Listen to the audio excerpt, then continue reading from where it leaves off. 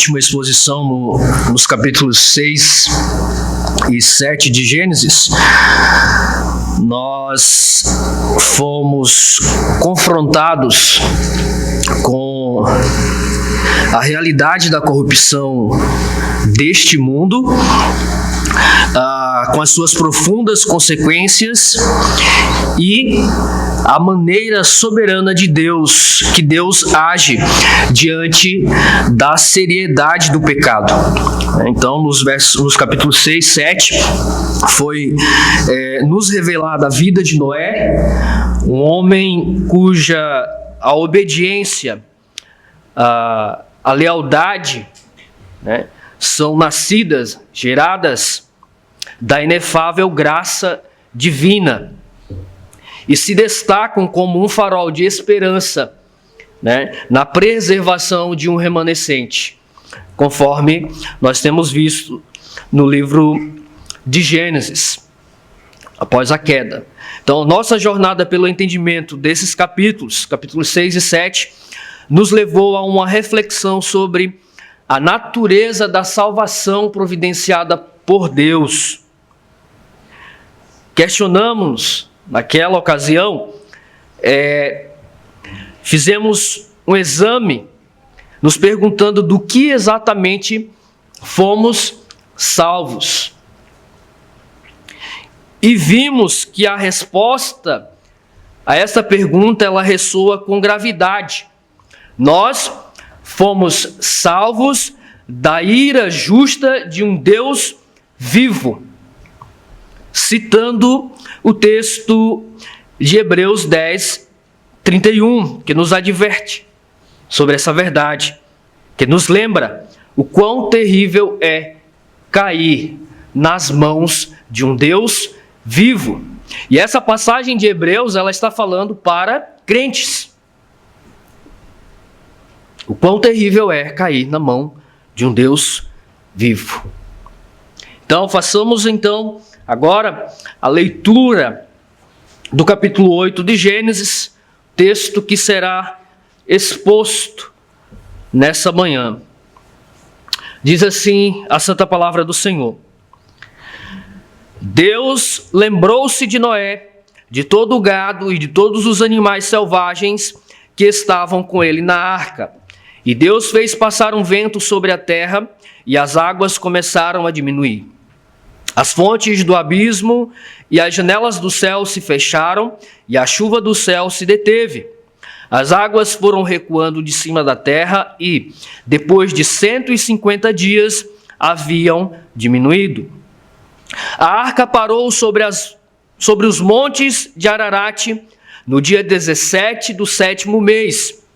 As águas foram diminuindo até o 10º mês. E os cumes dos montes apareceram no primeiro dia do 10º mês. Verso 6. Ao final de 40 dias, Noé abriu a janela que havia feito na arca e soltou um corvo. Ele saiu da arca, mas ia e voltava enquanto não secavam as águas que cobriam a terra. Depois, soltou uma pomba para ver se as águas haviam diminuído sobre a face da terra. Mas a pomba não achou onde pousar a planta dos pés, porque as águas ainda cobriam a face de toda a terra. Então voltou para Noé na arca.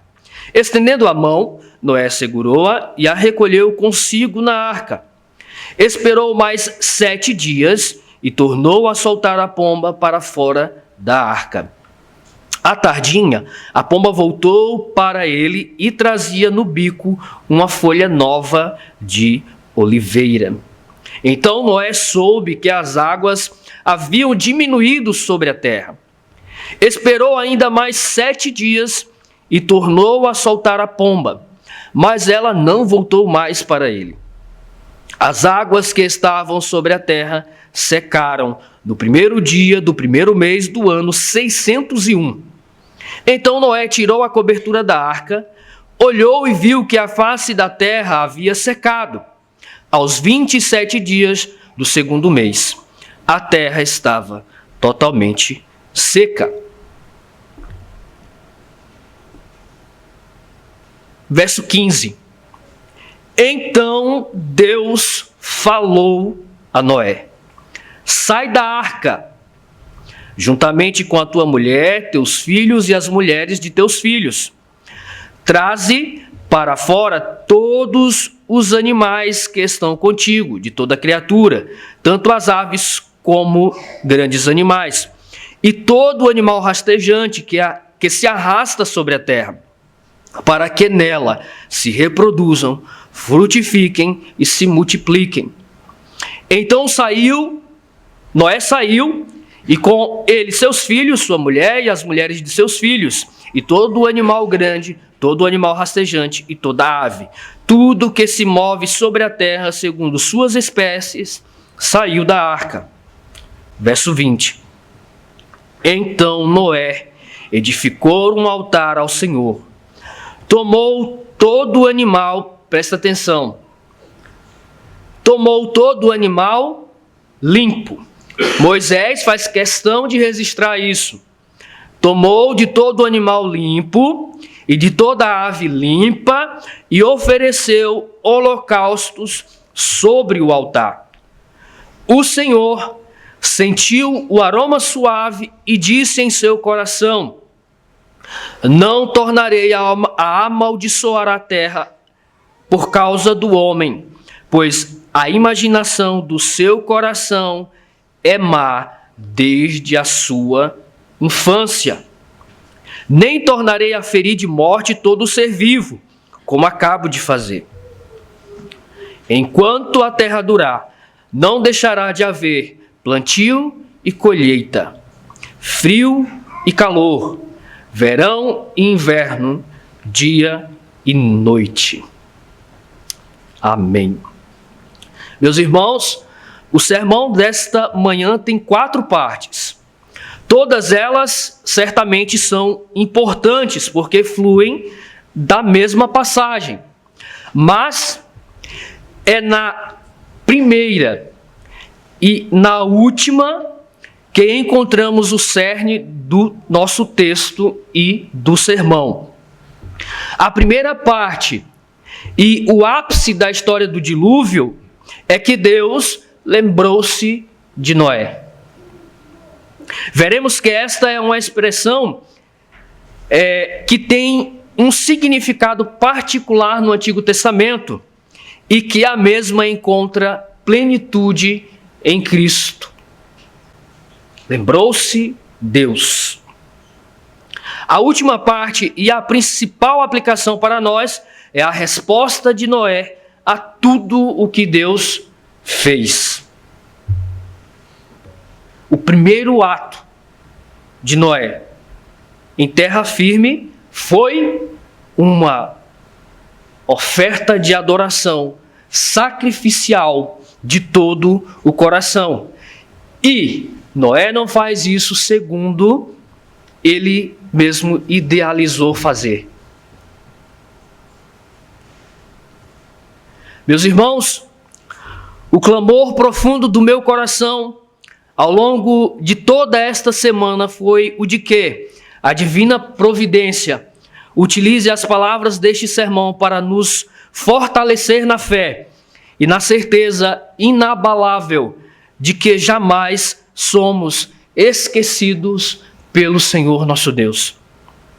Portanto, unamo-nos em oração, suplicando que o Senhor nos conceda a firme certeza do seu eterno amor por nós, através de Cristo, e que tal certeza nos impulsione a dedicar-lhe a nossa mais profunda adoração e obediência. Oremos. Bendito Deus, nosso Senhor e Pai de nosso Senhor Jesus Cristo, nós oramos neste momento pedindo o Teu auxílio, Senhor, através do Teu Santo Espírito, para que nós estejamos atentos àquilo que Tu tens para falar para nós através da Tua palavra nesta manhã, Senhor. E que, tendo entendimento, possamos colocar em prática e que esta prática, Senhor, resulte em louvor, glória e honra ao teu santo nome. É o que nós oramos em nome de Jesus Cristo, teu Filho. Amém. Nosso texto de hoje, então, como falei, tem 3 cenas principais. E estas 3 cenas, meus irmãos, estão unificadas sob o estandarte de Deus, lembrando-se de Noé. Estandarte, né? A bandeira, o cerne, o centro é Deus lembrando-se de Noé. Estes elementos, então, 3 cenas em um estandarte compõem a estrutura de 4 partes do sermão. Em breve vamos chegar nas cenas, mas antes, voltemos nossa atenção ao cerne, a bandeira desta narrativa que se ergue logo no primeiro verso. Mas Deus lembrou-se de Noé, de todo o gado e de todos os animais selvagens que estavam com ele na arca. Será que aqui Deus estava voltando de um lapso de memória? Deus lembrou-se de Noé, depois de tanto tempo na arca. Meus irmãos, à primeira vista, esta afirmação pode não suscitar grande impacto, né? Ou não cativar a nossa atenção.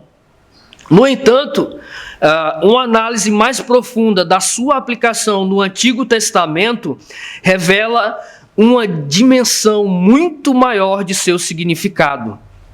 Veja, Deus lembrou-se é uma proclamação divina de compromisso com uma aliança firmada previamente. Em cada ocorrência, ela prenuncia a ação graciosa de Deus que se aproxima de seu povo em tempos de dificuldade para abençoá-lo. Vejamos alguns exemplos.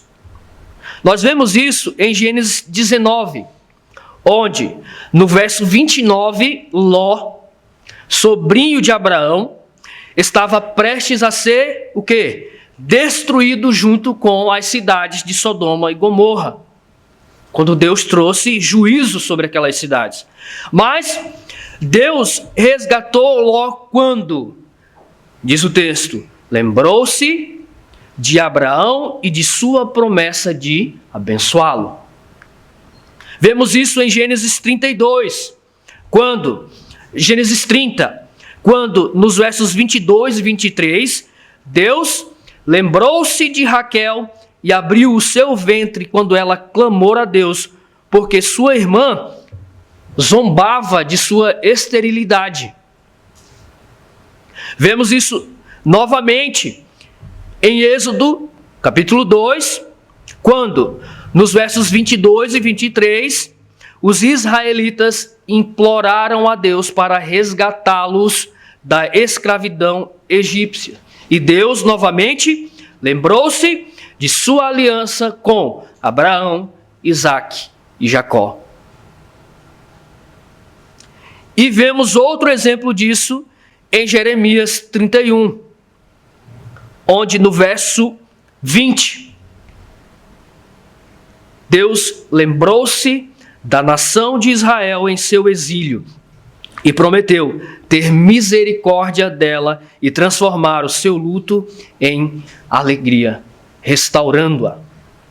Então, meus irmãos, em cada passagem do Antigo Testamento onde se lê, Deus lembrou-se, é evidenciada a ação de Deus movida por sua misericórdia, em perfeita consonância com as suas promessas solenes.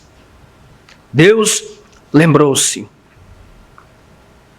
Essa expressão ressalta a fidelidade divina e o compromisso eterno estabelecido com o seu povo. Deus lembrou-se de quem? Lembrou-se de Noé e daquele pequeno remanescente que estava com ele. Deus lembrou-se. Essa é a bandeira que paira sobre toda esta passagem de Gênesis 8. E isso então marca o ponto de virada da história do dilúvio. Daquele pequeno remanescente, daqueles que estavam em aliança com Deus através de Noé. E em Cristo Jesus, sobre cada um do povo de Deus, continuamente, esta bandeira. Lembrou-se Deus. Graça. Ouça isso. Deus sempre se lembra de nós em Cristo Jesus. O Filho bendito continuamente lembra de nós ao Pai, que estamos nele e que precisamos de misericórdia e graça, porque somos miseráveis pecadores.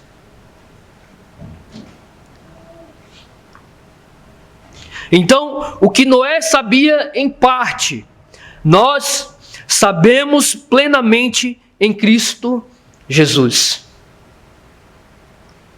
Esse é o poder da cruz e a plenitude da promessa de Romanos 8, 28. Sabemos que Deus faz com que todas as coisas cooperem para o bem daqueles que o amam, vírgula, dos que são chamados segundo o seu propósito.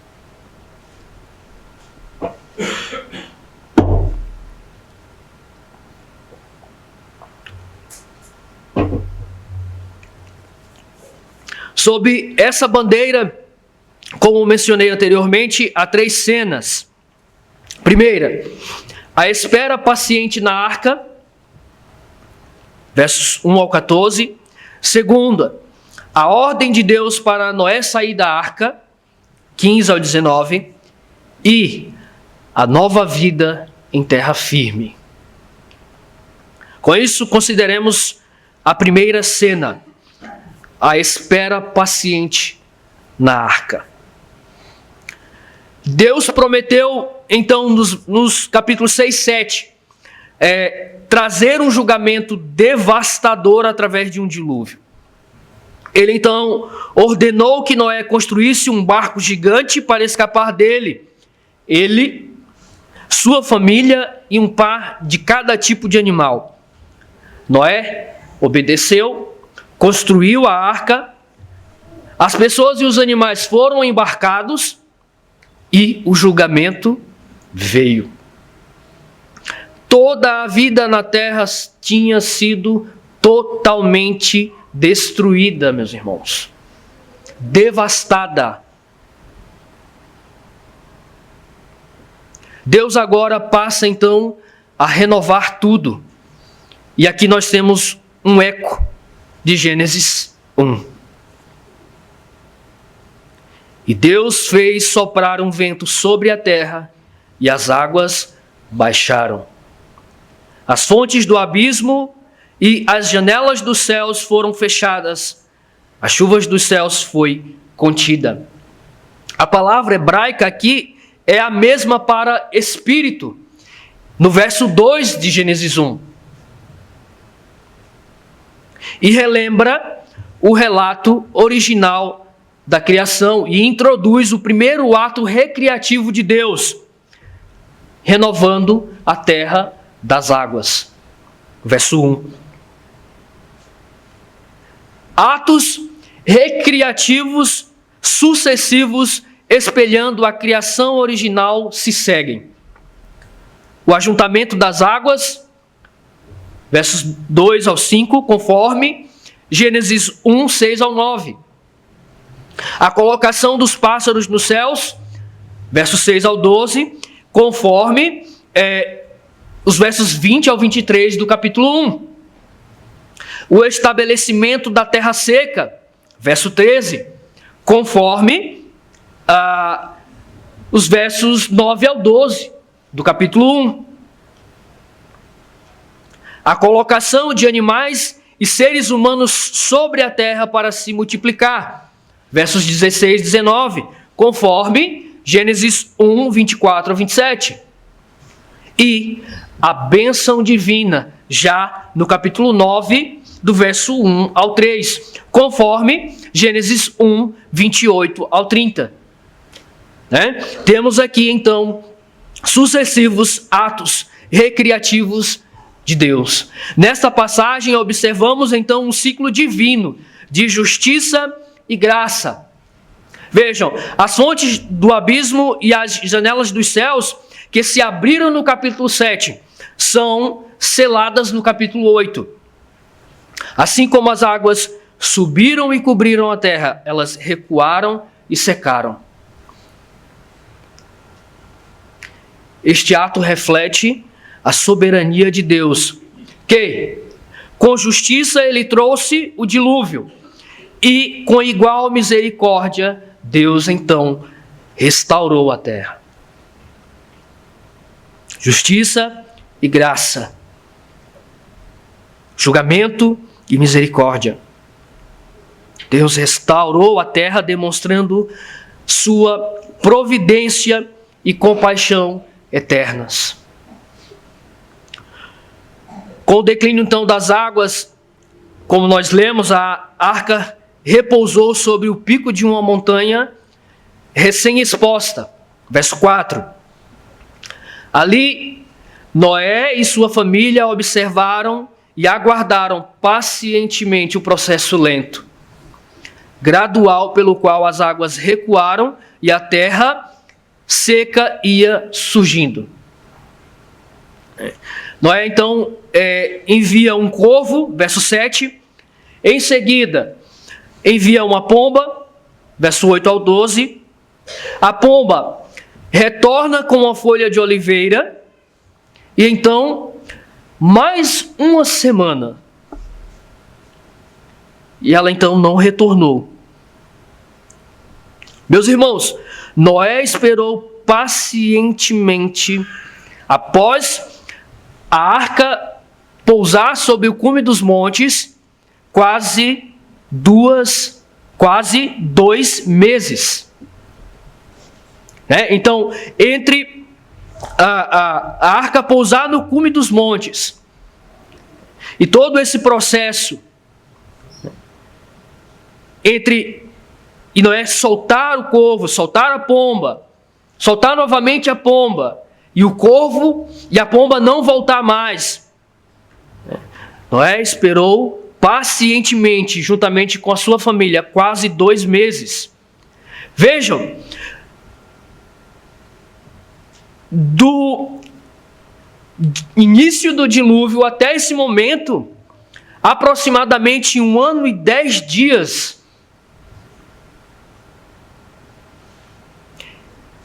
Esperando que a palavra divina, esperando pela ordem de que seria seguro desembarcar.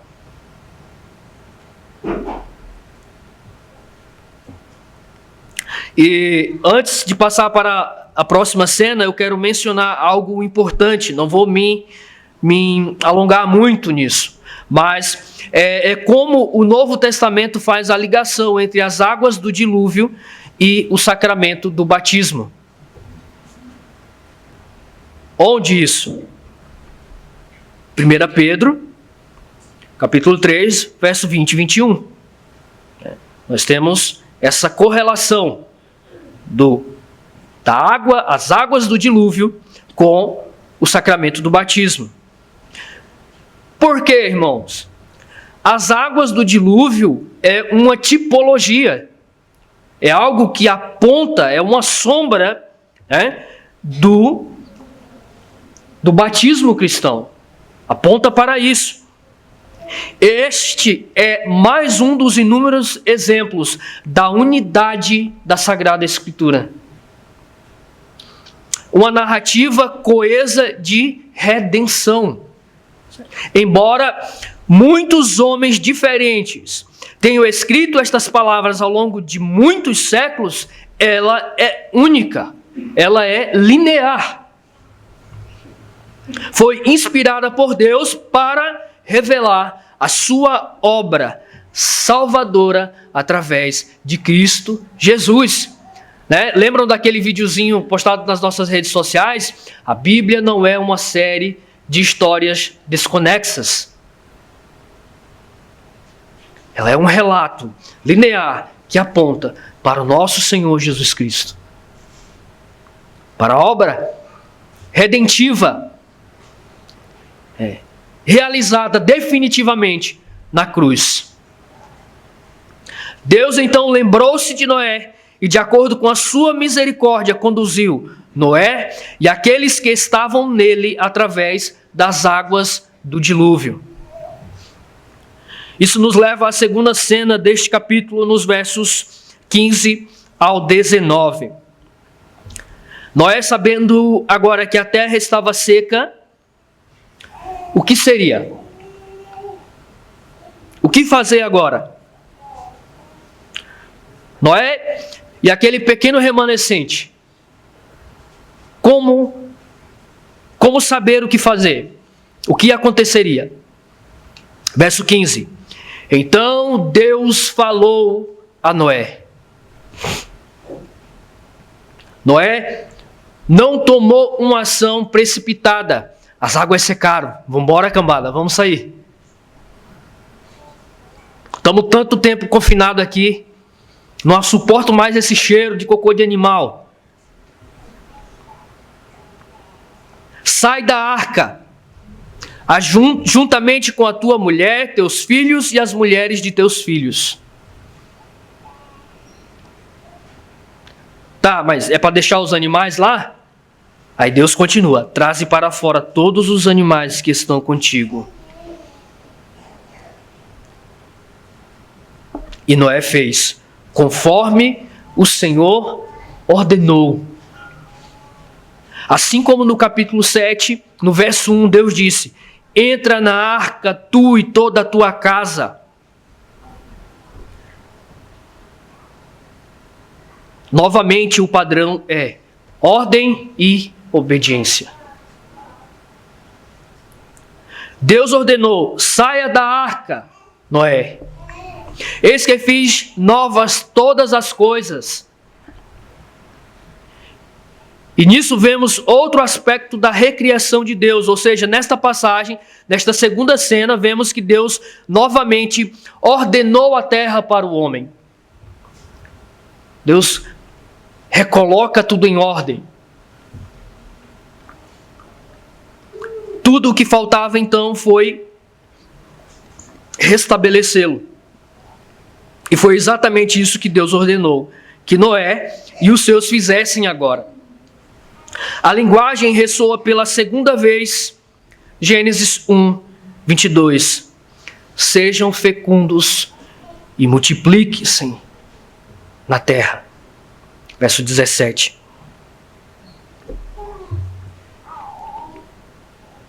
E novamente, Noé obedeceu, ele fez tudo o que o Senhor lhe ordenou. Nesta curta cena, encontramos a outra forma descendente da história do dilúvio.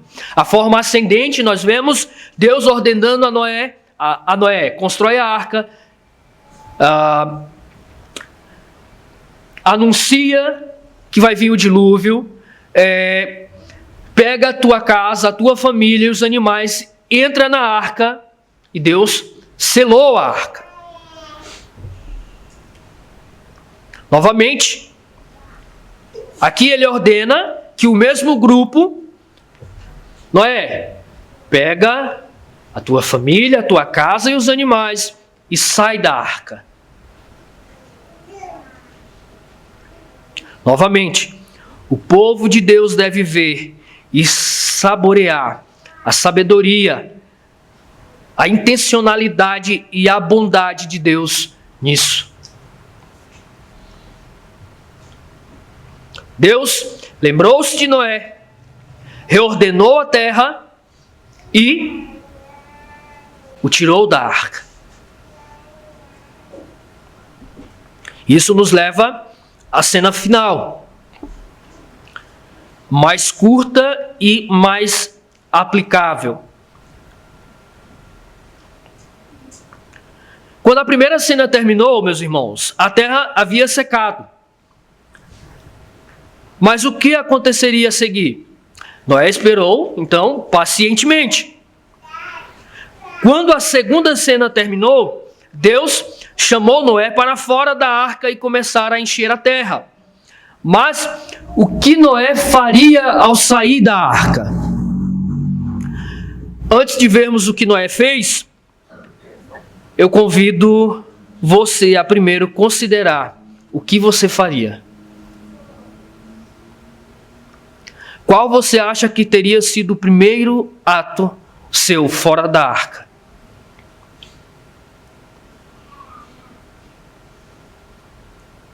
E aqui eu traço um paralelo.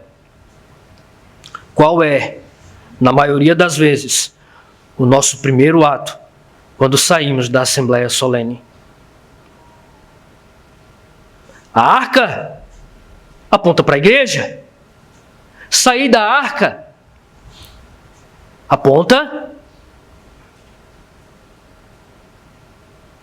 para o coletivo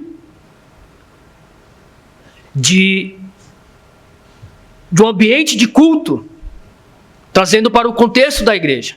Então, nós entramos na arca para cultuar ao Senhor em Assembleia Solene. E quais são os nossos atos após sairmos daqui? Saímos da mesma forma que entramos?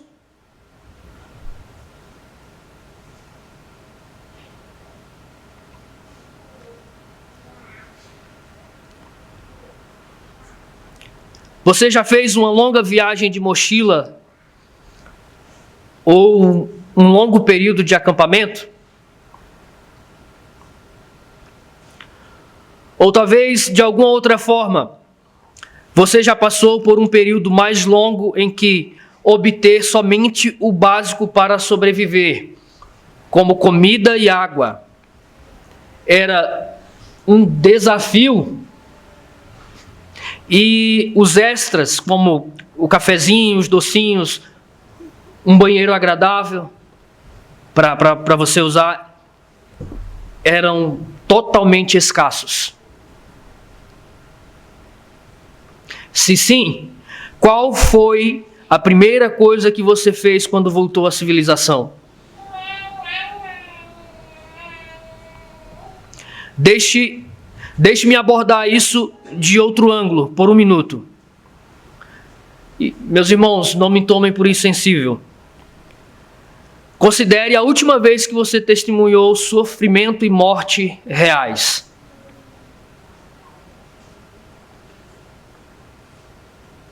Que você esteve presente, que você testemunhou, que você sofreu o luto.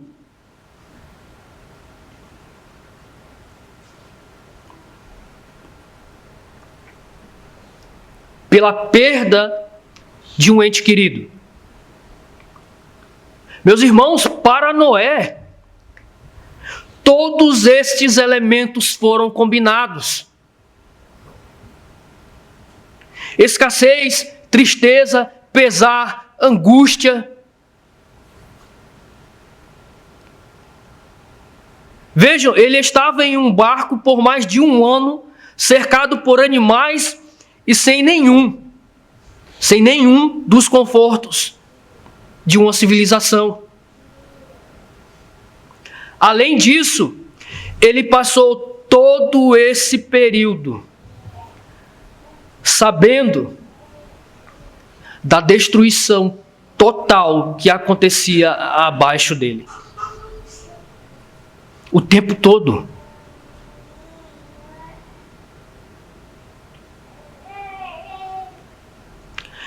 Para Noé foi como caminhar pela trilha da Cordilheira dos Andes, de ponta a ponta, sabendo que todo o resto do mundo estava sendo morto enquanto ele fazia isso.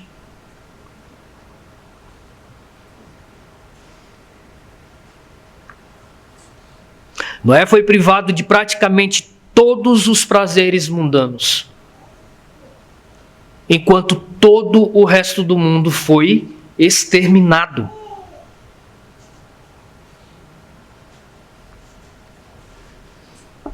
Escute isso.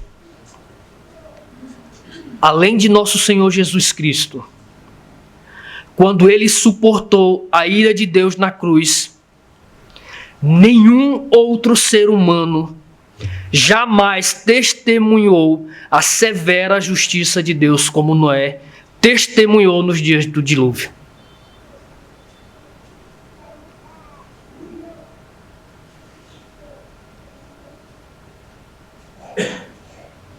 Então, o que Noé faria quando finalmente saísse da arca?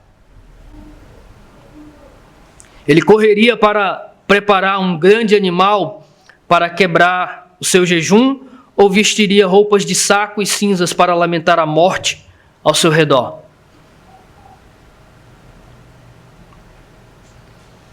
Ele não fez nada disso. Nós descobrimos no verso 20 que a primeira coisa que Noé fez foi adorar ao Senhor, seu Deus.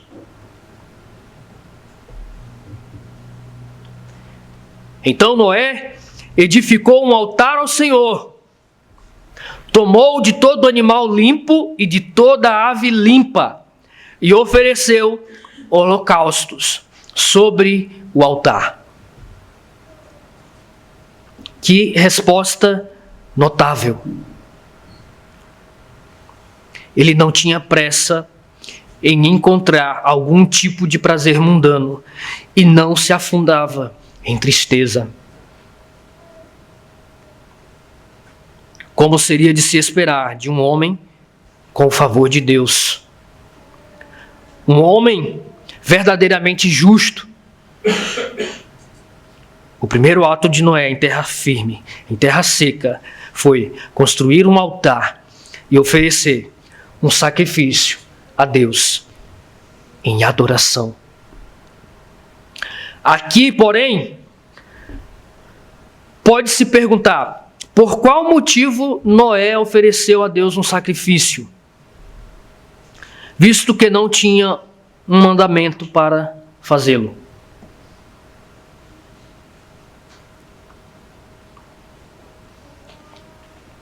Respondo que, embora Moisés não declare expressamente que Deus lhe ordenara a fazê-lo, pode-se formar um juízo indubitável do que se segue. E até mesmo de todo o contexto, que Noé repousava sobre a palavra de Deus. E que, ao depositar sua confiança no mandamento divino, rendera esse culto que certamente sabia que seria aceitável a Deus. E aqui eu cito Calvino, comentando Gênesis. Então, Moisés nos diz que os animais destinados aos sacrifícios foram escolhidos dentre animais limpos.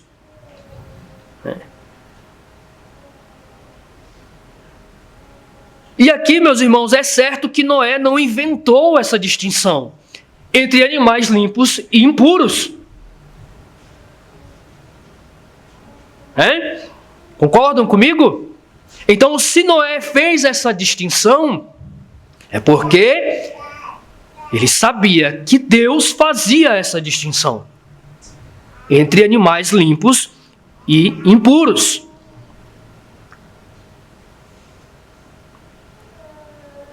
Noé não inventa essa distinção, visto que tal coisa não depende da escolha humana. Não somos nós quem escolhemos o que é puro ou impuro. Quem determina isso é o Senhor Deus. E Noé sabia dessa determinação de alguma forma. Por isso podemos concluir que ele não fazia nada sem a autoridade divina. Portanto, saibamos nós que o altar de Noé foi fundado na palavra de Deus, e a mesma palavra era como sal para os seus sacrifícios, para que os mesmos não fossem insípidos.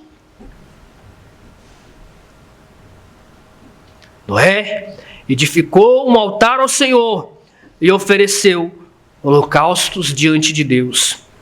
E nós também devemos. Este é o padrão de vida para o qual Deus nos chamou. Tal como Noé, devemos tomar a graça de Deus, que Ele derrama continuamente sobre nós, e devolvê-la a Deus em adoração, louvor e honra ao seu santo nome, conforme nos é requerido em sua santa palavra.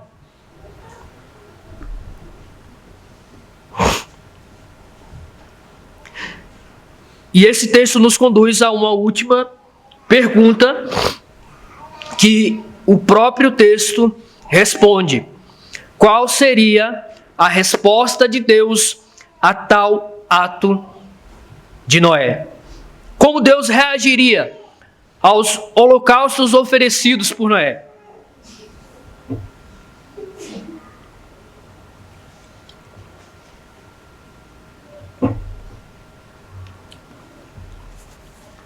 Imediatamente, Moisés acrescenta que o aroma do sacrifício foi aceitável a Deus.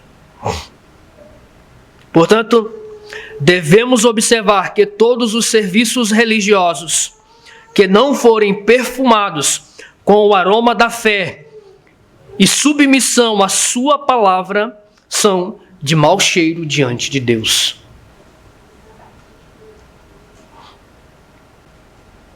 Pela fé e obediência, Noé estava reconhecendo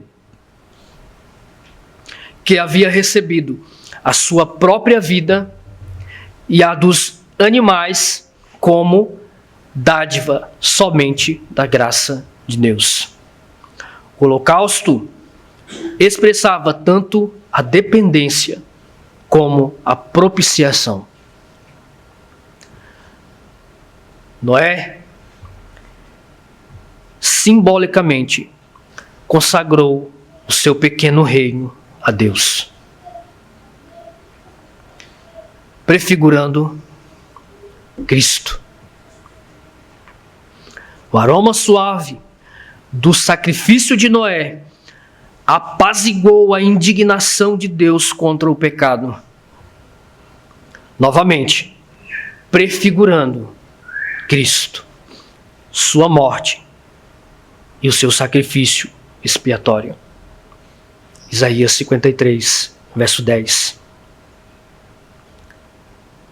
O Senhor sentiu o aroma suave e disse em seu coração: não tornarei a amaldiçoar a terra por causa do homem, pois a imaginação do seu coração é má desde a infância.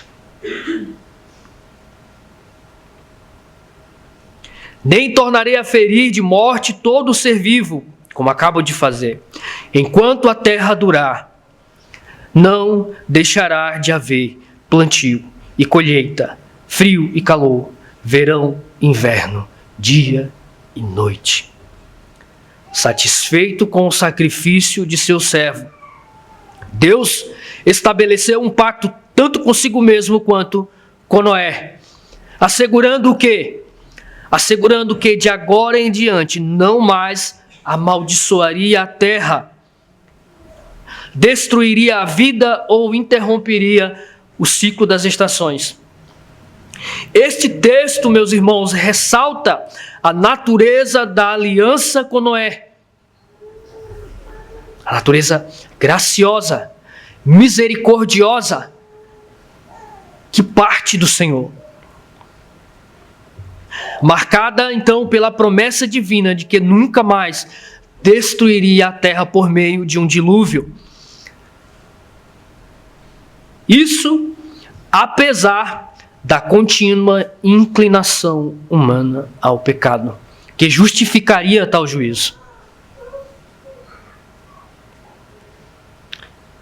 Isso é evidenciado pela observação de que a intenção do coração do homem é má desde a sua infância.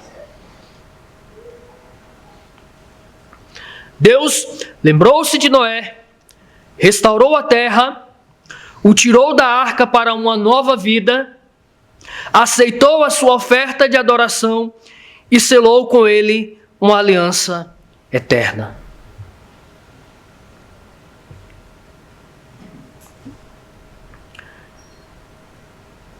Concluindo, meus irmãos. Primeiro, como peregrinos em terra estranha, em meio a tristezas, dores e aflições. Nós cantamos isso no Salmo. Em um dos salmos que nós costumamos cantar em adoração ao Senhor. Em meio às tristezas, aflições e dores, nós, seres humanos, faltosos, falhos, tendemos a esquecer ou a pensar que Deus se esqueceu de nós. Não é? Há momentos que parece, não é mesmo? Há momentos que parecem que Deus esqueceu de nós.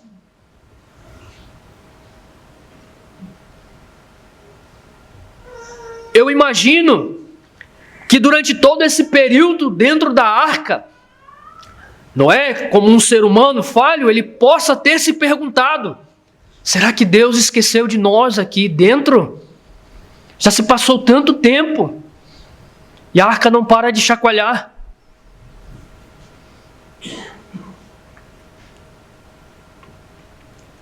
Senhor, eu já estou há 39 anos peregrinando por essa terra.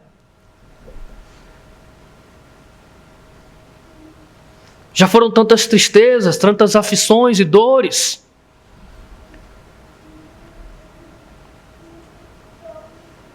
Mas, quando a arca era um ponto minúsculo, flutuando em um vasto mar de extrema e total destruição, Deus lembrou-se de Noé. E lembre-se, isso não se refere ao retorno de um lapso de memória, mas a Deus agindo com amor fiel, segundo a sua promessa pactual. Segundo um pacto firmado previamente.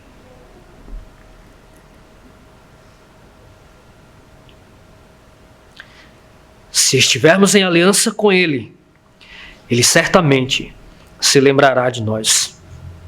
Deus ama o seu povo eleito. Sua misericórdia nunca abandonarão aqueles que lhe pertencem, pois seu povo está para sempre unido a Cristo. Cristo é justo. Cristo salvará a todos que lhe pertencem. Esta é a verdadeira fonte da segurança do crente. Segundo, os eleitos amam a Deus. E mais, respondem de forma apropriada a tão grande salvação, com fidelidade e adoração reverente. Reverente, nós não fomos chamados para sermos irreverentes diante do Senhor.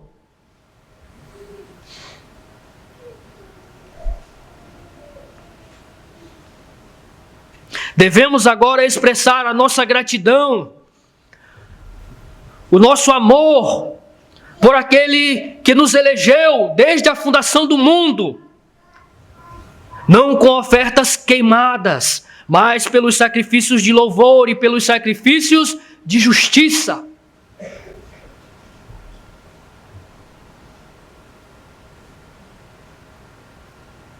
Sacrifícios de louvor e sacrifícios de justiça.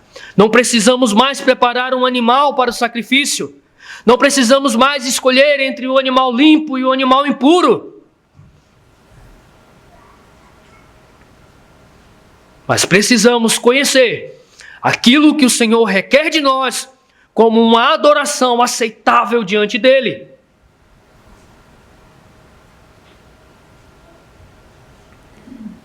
E vejam, a oferta de Noé, ela foi proporcional à sua capacidade naquele momento. E o Deus glorioso, misericordioso, a aceitou.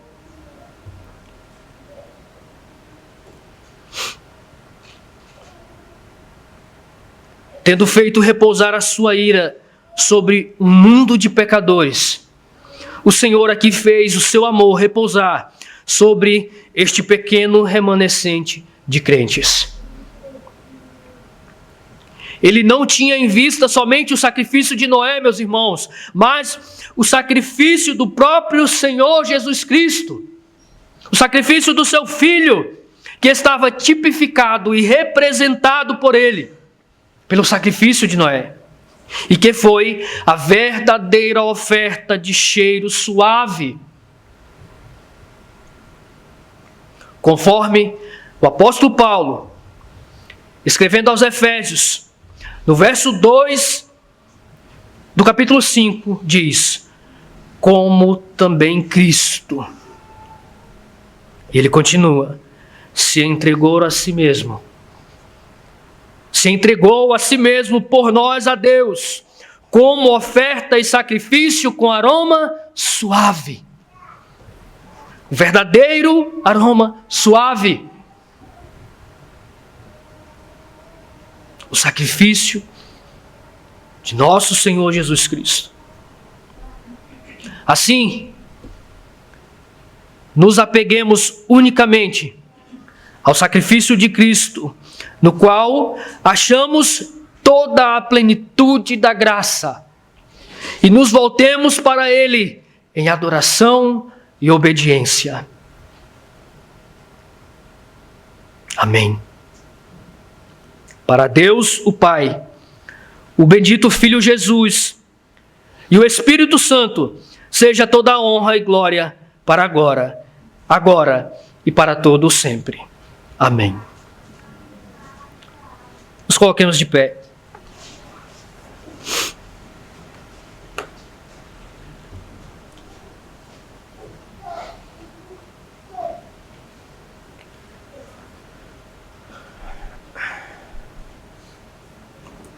Curvemos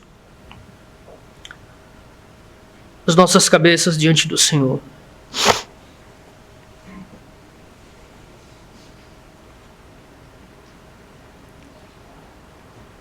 Ó Senhor bendito,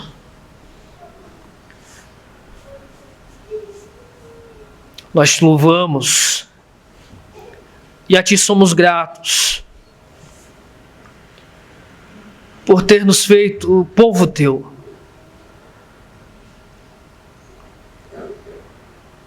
Por ter, mais uma vez, nos conduzido através da tua palavra, Senhor, em adoração.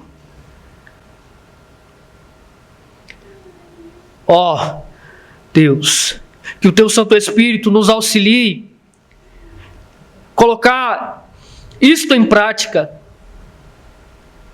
que possamos nos mover em obediência e adoração com reverência diante de Ti, reconhecendo que as Tuas misericórdias, que a Tua graça, que a Tua bondade, que o Teu amor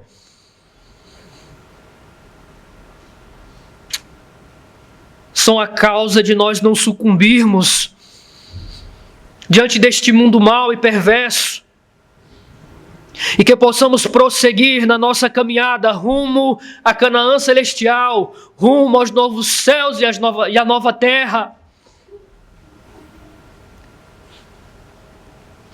com alegria, com expectativa de que tudo que nos aguarda após esta peregrinação, Senhor, é incomparável. É incomparável.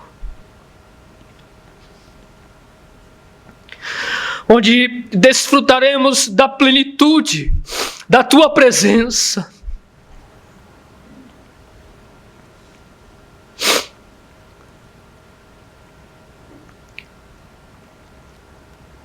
Onde desfrutaremos da fonte de alegria inesgotável.